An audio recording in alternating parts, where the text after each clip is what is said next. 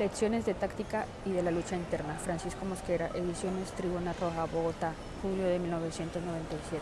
La lucha interna que se ha venido desarrollando dentro del MOIR, especialmente en los últimos meses, tuvo como última manifestación un pronunciamiento público del grupo Ñañez, en donde fijan de manera abierta sus posiciones divergentes en el partido y su política. Aunque esta lucha ha tenido incidencia en casi todo el país, se ha concentrado en Cundinamarca y particularmente en Bogotá. Por sus modalidades, hay en ella una serie de acontecimientos, incluso anteriores a los de este periodo, que no han sido conocidos suficientemente por la inmensa mayoría de los militantes. Por eso, la ocasión es propia para comenzar a esclarecerlos y darles su correspondiente interpretación política. Desde luego, esta lucha le ha producido al partido muchos problemas e inconvenientes. Para todos los compañeros aparece claro que una situación tan anormal como la vivida y durante tanto tiempo entraba a la vida de la organización. Pero eso es lo obvio, lo que a casi nadie se le escapa. Debemos, sin embargo, asimilar muchas lecciones de esta batalla en lo ideológico y en lo político. Los cuadros y la militancia tienen mucho que aprender, en todo sentido, del enfrentamiento con el grupo fraccional de los hermanos Ñañez. Tenemos que desentrañar esas lecciones porque, como todas las luchas, esta ha de servir para el desarrollo del partido. La militancia es un proceso permanente de aprendizaje, pero en periodos específicos de confrontación interna como el actual podemos aprender mucho más. Con este criterio expondré el informe nacional. Las condiciones están dadas para que estos problemas se puedan abordar con espíritu partidario y desde una posición científica. Como fruto de la actual lucha interna, hemos aclarado el ambiente, que se hallaba bastante enrarecido, y puedo asegurarles que en el partido reina una gran unidad y que ya hay condiciones para tratar estos asuntos de la manera más fraternal, con el ánimo de analizar las opiniones divergentes, esclarecer la verdad y sistematizar las lecciones correspondientes. Carácter de las luchas internas del partido. Las luchas internas del partido tienen que ver tanto con las diferencias de clase dentro del mismo, como con las luchas ideológicas y políticas que se libran en la sociedad.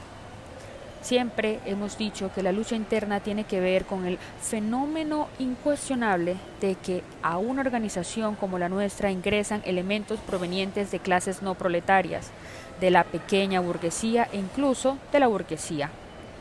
El partido ha tenido y tiene dirigentes y militantes de extracción burguesa, quienes en general, no en el sentido particular, traen a la organización el bagaje de las posiciones propias de su origen de clase. Pero también los obreros pueden ser portadores de la política burguesa dentro del partido, aunque muchas veces esas posiciones no afloran, no se hacen evidentes para toda la militancia. Frente a ellas pueden suceder dos cosas: que con métodos como la crítica, la discusión, la educación, la vinculación a las masas y la experiencia que los militantes van acumulando, tales contradicciones se desvanezcan en provecho del marxismo y del proletariado, y haya rectificación de las posiciones no proletarias. O puede suceder que se agudicen. Lo importante de resaltar es que, de todos modos, el curso en que uno u otro sentido toman las contradicciones solo se podrá averiguar con el avance del proceso, con el desarrollo de los acontecimientos. Quienes emiten juicios a la ligera sobre estos asuntos inevitablemente se equivocan. Hace 4 años les decía a los camaradas del Regional del Tolima que las decisiones organizativas no se pueden aplazar y deben cumplirse sin dilación, pero que las controversias en torno a cuestiones ideológicas y teóricas habían de someterse a un proceso mucho más largo de estudio y discusión y sobre todo de confrontación con la realidad, que el partido tiene que ser prudente en el tratamiento de estos asuntos. Solo después de un proceso de debate y acción podremos, sin mucho peligro de equivocarnos, concluir que nos hallamos frente a tal o cual tendencia malsana dentro del partido. Someterlos al juicio de la práctica es una actitud responsable y un método correcto.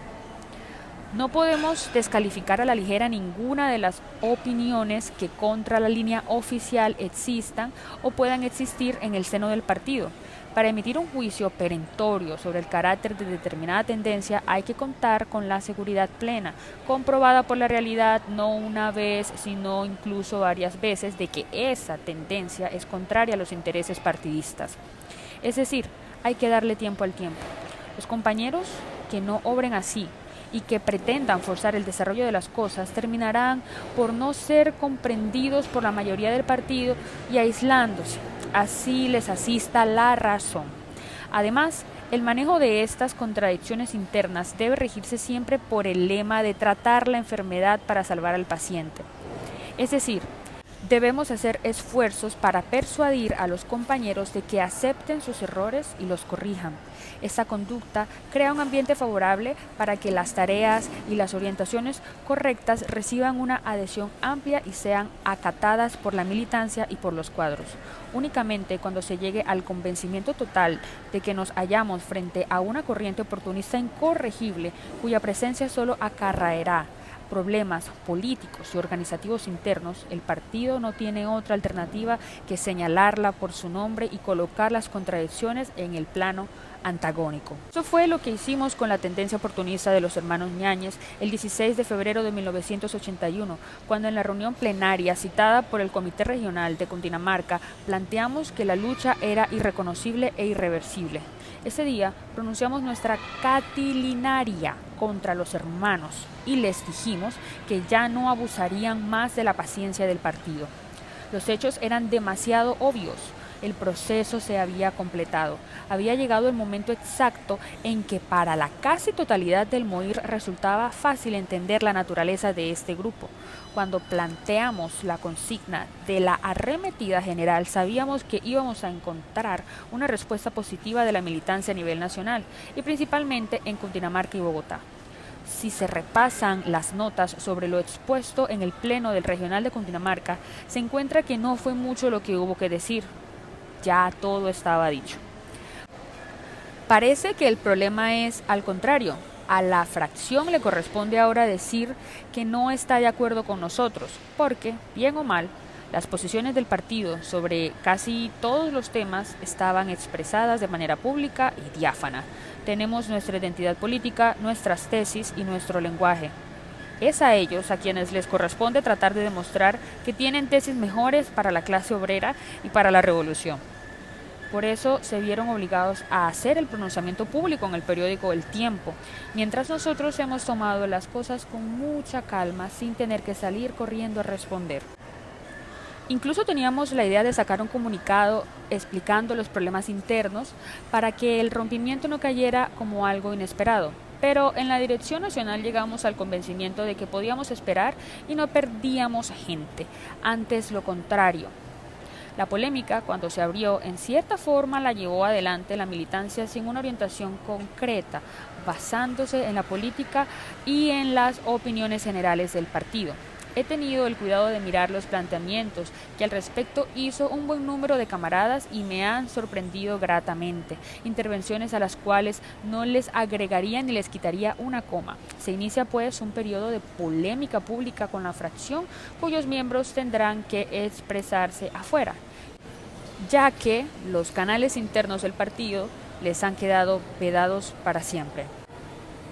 La primera gran experiencia consiste en que en el curso de las contradicciones dentro del partido, toda tendencia oportunista está condenada a aflorar tarde o temprano sin que tengamos que forzar artificialmente el curso de los acontecimientos.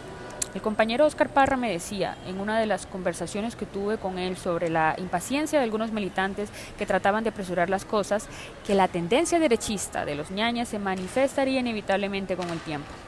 Yo me identificaba con él en esa apreciación. No hay que olvidar que son 10 años de historia partidaria en lucha contra esta tendencia. Y en ese periodo tuvimos con ellos múltiples combates y escaramuzas, intensificados particularmente a partir de septiembre de 1979, sobre lo cual voy a hablar más adelante. La verdad es que nunca nos apresuramos. El fruto no se puede cortar si no está maduro.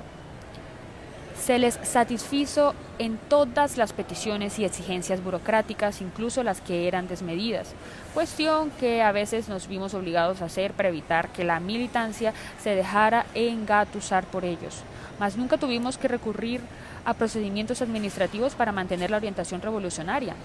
Luchamos por la línea correcta del partido durante una década, sin violentar su organización. Esta es una valiosa experiencia. Conozco casos de compañeros que se impacientaron en el proceso. Incluso hubo algunos que no entendieron la necesidad de sacrificar determinados intereses y posiciones dentro del normal y correcto desarrollo de las contradicciones en el seno del partido. Aparentemente esos compañeros estaban con la línea y lo están, y estaban contra los ñañes y lo están, pero con su procedimiento incorrecto producían el efecto contrario al que buscaba y nos crearon más de un problema, alargando innecesariamente la pelea. Los camaradas deben pensar sobre esta conducta y sacar las lecciones respectivas. La otra cuestión evidente es que la lucha interna tiene que ver con el desenvolvimiento de las contradicciones de clase dentro de la sociedad, es decir, la situación de la revolución en su conjunto, sus avances o retrocesos, si se ve acosada por los enemigos, si falla en alcanzar determinadas metas, en fin, todos los altibajos de la lucha política repercuten ineludiblemente en el seno del partido. Por ejemplo, nuestra lucha interna en 1965 se llevó a cabo en medio del auge de las posiciones oportunistas de izquierda que por aquel entonces campeaban en el movimiento revolucionario colombiano. Peleamos adentro contra los portadores de estas posiciones, pero a la hora de la verdad, la lucha era contra la tendencia que se hallaba en boga en diversos sectores sociales. Por eso es tan difícil la lucha interna. No se trata de combatir a 2, 3 o docenas de individuos. A la larga, de lo que se trata es de combatir a centenares de miles que tienen una posición de clase a la que corresponden conceptos más o menos sistematizados. Tales personas, con concepciones, nos declaran la guerra en todos los frentes de batalla. He ahí la dificultad. En ese periodo las cuestiones vitales que teníamos que resolver eran la construcción del Partido Obrero, darle una teoría marxista-leninista a la Revolución Colombiana y elaborar una estrategia y una táctica correctas. Combatíamos el foquismo, el terrorismo. En el fondo era una batalla por sacar al partido de la abstención y de la secta y lanzarlo a la lucha política revolucionaria. Cuando enfrentábamos todas esas posiciones y no se sabía cuál sería el desenlace de la contienda, era inevitable que los oportunistas dentro del partido consideraran que había llegado el momento para ellos y afloraran para identificarse con las corrientes en boga. Por lo general, mientras no cuentan con un ambiente favorable en lo externo, estas tendencias internas no muestran su faz, continúan sembrando en silencio su semilla. Solo cuando el partido se encuentra en dificultades por su combate contra fuerzas superiores, cuando impera la ola contrarrevolucionaria que parece arrasarlo todo, cuando su avance está comprometido, entonces saltan a la luz pública y destapan todas sus secretas ambiciones. En 1965 la situación internacional influyó en la pelea. La tendencia predominante era la oportunista de izquierda, porque contaba con ambiente favorable a nivel nacional e internacional. En una u otra forma, toda esa tendencia oportunista de izquierda tuvo su epicentro en La Habana. Es decir, en el fondo se luchaba contra la autoridad de la Revolución Cubana, la primera revolución antiimperialista victoriosa en el continente, que traía un nuevo mensaje y una nueva táctica. Tácticas y mensajes pequeño burgueses que fueron recibidos y asimilados con alborozo por toda la juventud latinoamericana y notoriamente por la de Colombia. Recuerdo que pese a lo incipiente de nuestra organización, nosotros podíamos controlar internamente a los representantes de esa tendencia, pero el problema radicaba afuera, en las universidades, siempre que un compañero no muy claro se ponía en contacto con una organización ganada por el oportunismo, empezaba a vacilar. En muchas partes tuvimos que tomar la sabia decisión de romper orgánicamente con todos los sectores estudiantiles. En Antioquia dimos la orientación de que los estudiantes que querían pertenecer a nuestro partido tenían que salir de la universidad y vincularse al movimiento obrero. En ese periodo no pudimos construir nada en el movimiento estudiantil. Todos los esfuerzos fueron inútiles. Esa medida parecía extrema, pero fue necesaria porque La influencia externa era muy fuerte. La lucha interna actual también está íntimamente ligada con la contienda que libramos afuera contra la tendencia oportunista en boga, la revisionista liberal, que hemos venido combatiendo. Esta lucha se inicia con una característica principal o determinante que se reafirma a finales de 1974 y principios de 1975, cuando rompemos la alianza que teníamos con el Partido Comunista Colombiano en la Unión Nacional de Oposición 1. Desde entonces cambiamos el blanco de ataque, ya que son otros los problemas que tenemos que solucionar, bastante diferentes a los de 1965. Ahora es contra el oportunismo de derecha. Esta nueva lucha tiene que ver con el desarrollo de la situación internacional. En el último editorial de Tribuna Roja, TR, número 37 de febrero de 1981, titulado Los misterios de la política internacional, se hace un esfuerzo por demostrar este enfoque. El auge de esta tendencia tiene que ver con la contradicción entre las dos superpotencias, con la ofensiva militar estratégica del socialimperialismo por apoderarse del mundo y con la consigna de distensión de Carter y su pérdida por los derechos humanos, aupada a su vez por los revisionistas. Tiene relación con todos esos factores y también, como lo hemos señalado públicamente, con el auge del despotismo en Colombia. En los periodos de aumento de la represión política ha surgido siempre en todos los países y dentro de los partidos proletarios una tendencia que trata de ocultar las posiciones revolucionarias de clase del proletariado. El ímpetu de estas tendencias nos ha puesto en calzas prietas y ha estimulado a los oportunistas dentro del partido. A esto se debe la irrupción de Ricardo Samper en 1977, de Carlos Bula y César Pardo en 1978 y de los hermanos Ñáñez en 1981. Estas tres batallas internas tienen como denominador común la necesidad de enfrentar el auge del oportunismo en el conjunto de la sociedad colombiana. Ante nuestras dificultades, cada una de estas fuerzas creyó en su momento que había sonado la hora para poner en tela de juicio las posiciones del partido. Se atrevieron a dar el salto hacia el vacío, convencidos de que los iban a recibir muchos amigos y de que lograrían romper el aislamiento. Buscaron otras toldas para salir de los problemas en que estaban metidos. Escucharon los cantos de sirena del exterior. Se fueron tras el turfillo que enrarecía el ambiente. Pero si no hubieran existido esas corrientes liberales, ni ese ambiente, ni ese tufillo, seguramente los tendríamos todavía dentro del partido.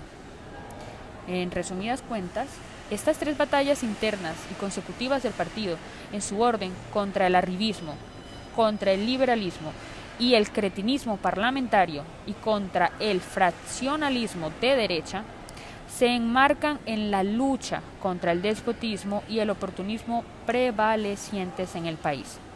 Las conductas y planteamientos de tales tendencias antipartido se parecen entre sí. El viraje táctico del MOIR. En efecto, los hermanos Ñáñez han sostenido, al igual que lo hicieron Carlos Bula y César Pardo, que la dirección del MOIR ha cambiado sus orientaciones originales. En uno de los últimos esfuerzos por sustentar sus divergencias, sostuvieron que desde 1978 el partido cambió su política central y que ese fue el origen de las contradicciones. Resultamos culpables de violar la línea del partido. Pero en esta, como en todas las mentiras, hay algo de verdad. En cierta medida sí hemos virado en la táctica. Actualmente, en el periodo de lucha contra el oportunismo de derecha, aunque seguimos defendiendo una misma concepción de los problemas, sí se presentan conflictos distintos a resolver, otras desviaciones exigen otros objetivos inmediatos y por lo tanto hacemos hincapié en determinados aspectos de nuestra política. Cambian los blancos de ataque y se convierten en enemigos principales quienes ayer eran enemigos secundarios. Hemos hecho cambios en nuestra táctica, en eso los Ñáñez tienen la razón, pero ese viraje se debe a algo en que ellos no están de acuerdo, que le hemos declarado la guerra a la tendencia oportunista de derecha. Dejemos clara una cuestión: no hemos cambiado nuestros principios. Al examinar estos asuntos, un observador superficial podría concluir que hemos cambiado los postulados fundamentales, lo que es inadmisible para un partido revolucionario. No es el caso. Siempre hemos tenido una sola concepción ideológica y hemos defendido los mismos principios. Lo que sucede es que tenemos que poner énfasis en determinados puntos y dejar de insistir en otros que ya no se debaten tanto por haber sido más o menos aceptados por el movimiento revolucionario en general. Es decir, son virajes que tienen que ver con la táctica. Podemos dar varios ejemplos pertinentes. Viraje en la lucha electoral. Miremos cómo enfocábamos el problema de la participación en las contiendas electorales antes y cómo lo hacemos ahora, cuando dentro y fuera del partido libramos nuestra batalla contra el abstencionismo. Decíamos, hay que utilizar la lucha electoral y la tribuna parlamentaria, aunque sean limitadas y el parlamentarismo esté desahuciado históricamente. Hoy hemos invertido los factores, señalamos lo limitado de esta lucha, el control de la misma por el enemigo, lo decrépito del parlamentarismo, así lo sigamos utilizando. Son aspectos distintos de una misma contradicción. Ayer lo predominante era el abstencionismo electoral y hoy predominan las ilusiones parlamentarias. Por eso ayer poníamos el énfasis en que se debía utilizar ese método de lucha y dimos toda clase de argumentaciones para defender ante los camaradas lo correcto de esta posición. Hoy en general este es un punto que no se debate en el seno del movimiento revolucionario colombiano. Ya hasta los más dogmáticos de los grupúsculos levantan la bandera de la participación electoral y tenemos que discutir con ellos para que no se entusiasmen tanto con las elecciones y con el parlamento, y para que no se olviden de que las clases oprimidas y sobre todo que los esclavos asalariados están en una gran desventaja con ese tipo de contiendas. Bula nos hacía el debate y decía que no sacábamos más votos dizque por los errores del partido, por la táctica y porque no debilitábamos el programa, pero en su alegato no decía nada sobre la inferioridad en que se encuentra el partido proletario en Colombia frente a unas clases expertas que cuentan con el aparato estatal, con el poder que da el dinero, con todos los medios de comunicación controlados. Para el oportunista o para el observador superficial, queda muy fácil decir, es que el MUIR cambió su orientación frente al problema. Sí y no.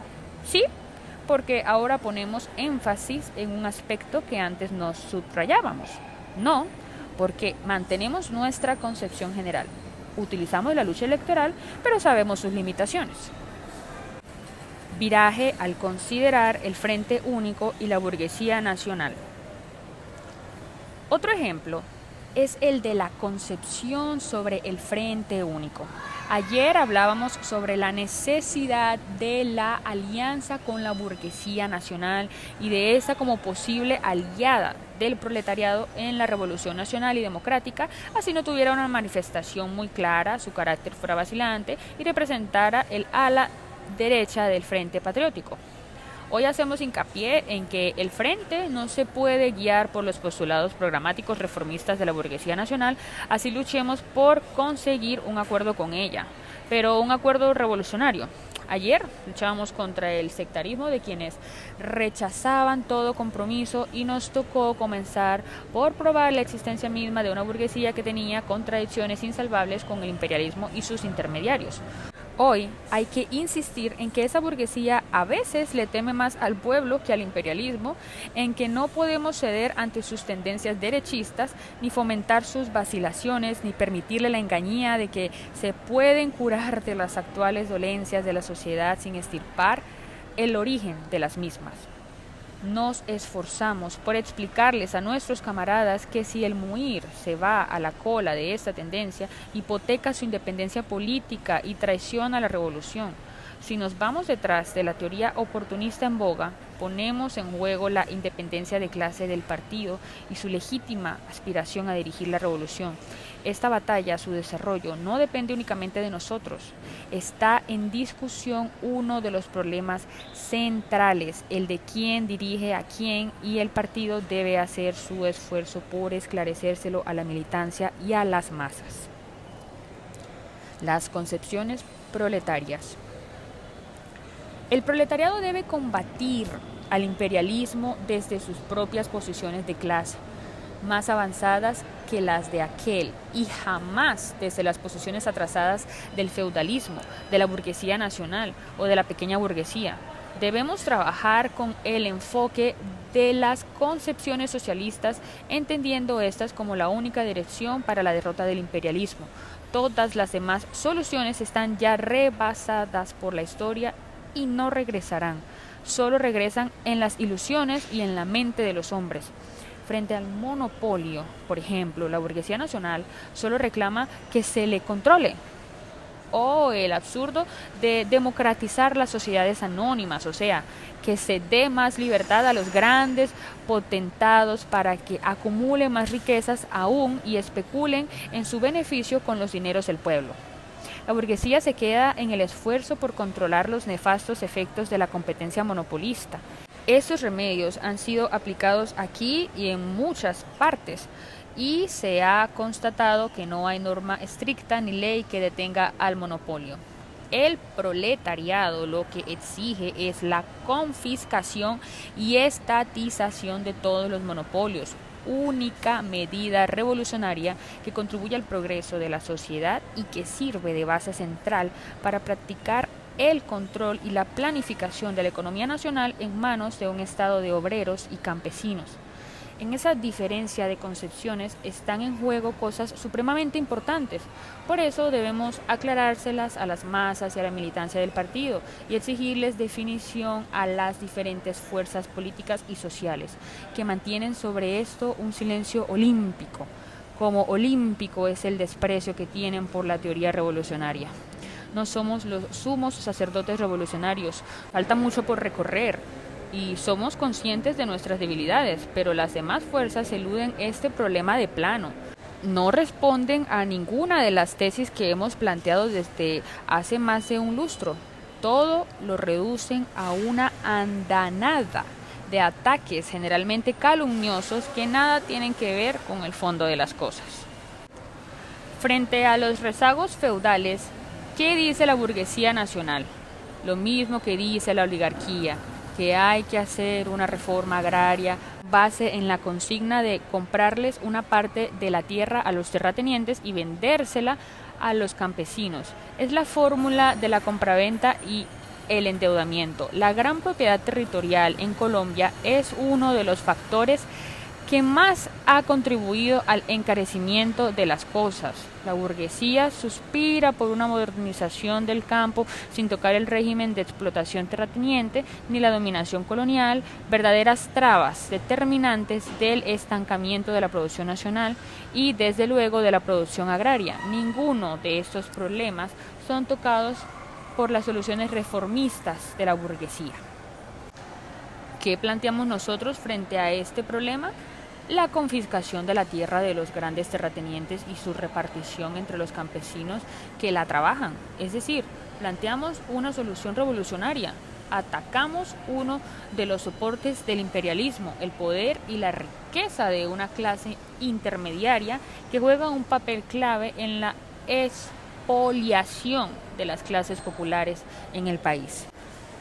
Sobre esto hay discusiones en el seno del partido y me parece bien que las haya. Todavía nos hace falta dilucidar cosas, pero hay algo claro y es que la solución que estamos defendiendo o tenemos que defender es una salida revolucionaria distinta a las salidas reformistas y conciliadoras de la burguesía.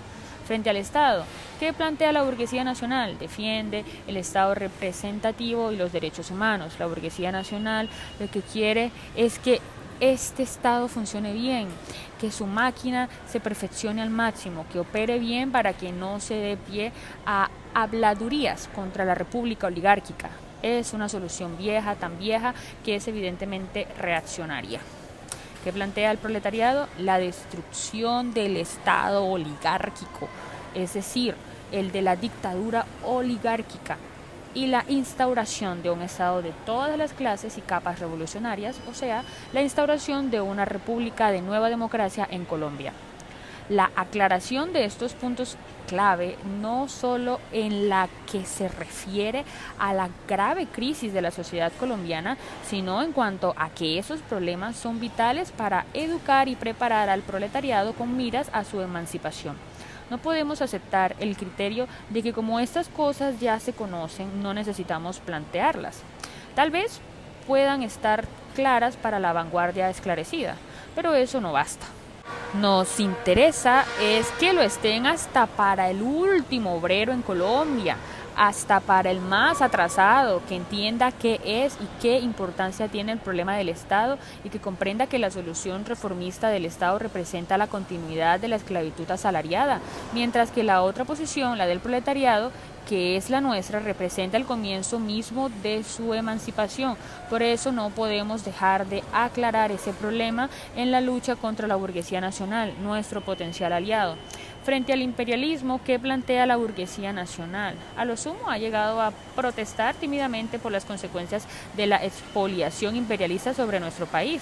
A ella eso la preocupa y hemos visto últimamente en la prensa claras manifestaciones de esa preocupación.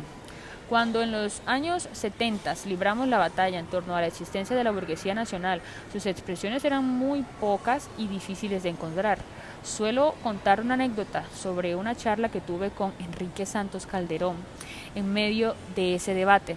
Él me decía, ¿dónde está su burguesía nacional? Y como era la única pregunta que no le podía responder en ese momento, pues no había aún expresión política consecuente de esa burguesía, yo le contesté con otra pregunta. ¿Dónde está su proletariado revolucionario? ¿Son acaso los Cuevas, los Mercados, los Pastor Pérez, ese proletariado revolucionario? Evidentemente ni la burguesía nacional ni el proletariado tenían expresión política revolucionaria clara, pero no por ello se podía negar su papel en el proceso.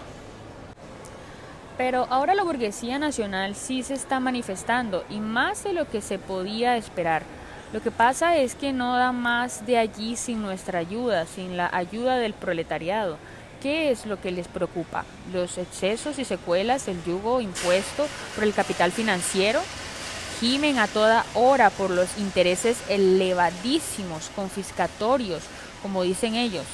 Es una pobre burguesía que está condenada a tener una tasa de ganancia alrededor del 100% para sobrevivir a la inflación y a las tasas de interés de 40% o más y se despeluca por la competencia de las mercaderías de la gran industria extranjera. Pero estas contradicciones que son amenazas de ruina, ¿cómo las encara la burguesía nacional? Recurriendo a reclamos y acuerdos con el imperialismo, lo cual en cuanto al método, tiene similitud con la manera como trataban de resolver los ñañes sus problemas dentro del MUIR. La burguesía nacional no niega la existencia del imperialismo, no quiero decir eso, pero en su lucha a lo más que se atreve es a pedir la eliminación de las consecuencias desastrosas de su dominación. Lo cual es una ilusión, pues sería tanto como destruir el efecto dejando intacta la causa.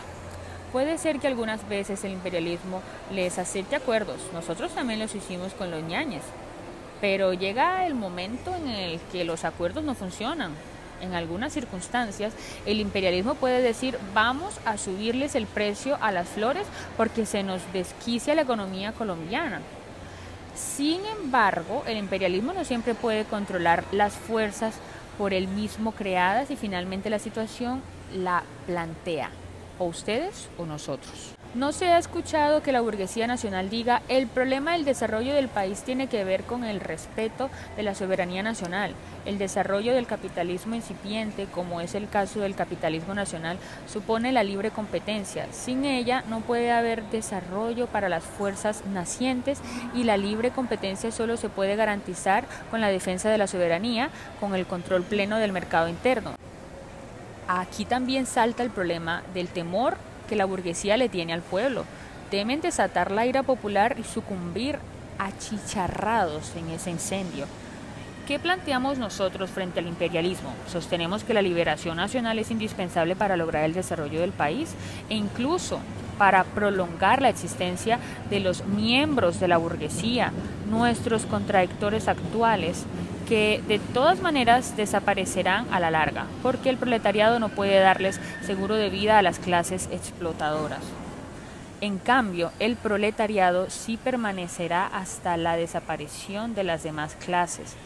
En una palabra, planteamos la independencia como requisito fundamental para el desarrollo nacional y la felicidad del pueblo, que solo alcanzaremos con la unidad de todas las clases expoliadas por el imperialismo y sus intermediarios. Hay otra diferencia con esa burguesía que no podemos pasar, que ella es nacionalista por naturaleza, como es internacionalista por naturaleza el proletariado. Eso tiene consecuencias a largo y corto plazo. La burguesía nacional quiere que las diferencias nacionales se mantengan y con ellas sus intereses de clase. A diferencia de las burguesías nacionales, el imperialismo es internacionalista a su modo y para oprimir ha tenido que renegar del nacionalismo. Se volvió internacionalista con la opresión de los pueblos. Todas estas cosas son el ABC de nuestra política y hasta vergüenza me da con ustedes insistir en ello, pero hay consecuencias de esta política en la vida diaria. La burguesía nacional aprovecha el sentimiento y las diferencias nacionales para engañar a las masas, exactamente lo mismo que hace la burguesía intermediaria. En Colombia, en el fondo, todos ellos son lacayos del imperialismo. Pero ahora hay una ola de alaraca patriotera. Se escriben artículos de prensa diciendo que nos han robado territorio. Vázquez Carrizosa se desgarra las vestiduras porque le dicen que entregó parte del territorio nacional. Pastrana acusa a López de entregar el derecho colombiano de tránsito por el Canal de Panamá en las negociaciones con Torrijos y Estados Unidos. López sale a tratar de probar que no fue así y alega que él ha sido defensor de los intereses patrios. Pero recordemos que la Guardia Nacional del hermano país tuvo que poner preso al Parlamento panameño para asegurarle a la burguesía colombiana el derecho al tránsito por el canal y por un ferrocarril que no se usa. Yo les argumentaba a algunos compañeros cuál debe ser la posición del partido al respecto. No queremos ese derecho, pues solo sirve para que López reclame su reelección presidencial agitando los derechos nacionales. Marroquín, cuando entregó a Panamá, dijo: me dieron una patria y devuelvo dos. López alega que le entregaron 1 millón de hectáreas y que con los acuerdos de áreas marinas y submarinas recibió otro 1 millón. Y según él, un candidato que es capaz de duplicar la patria merece el respaldo del país.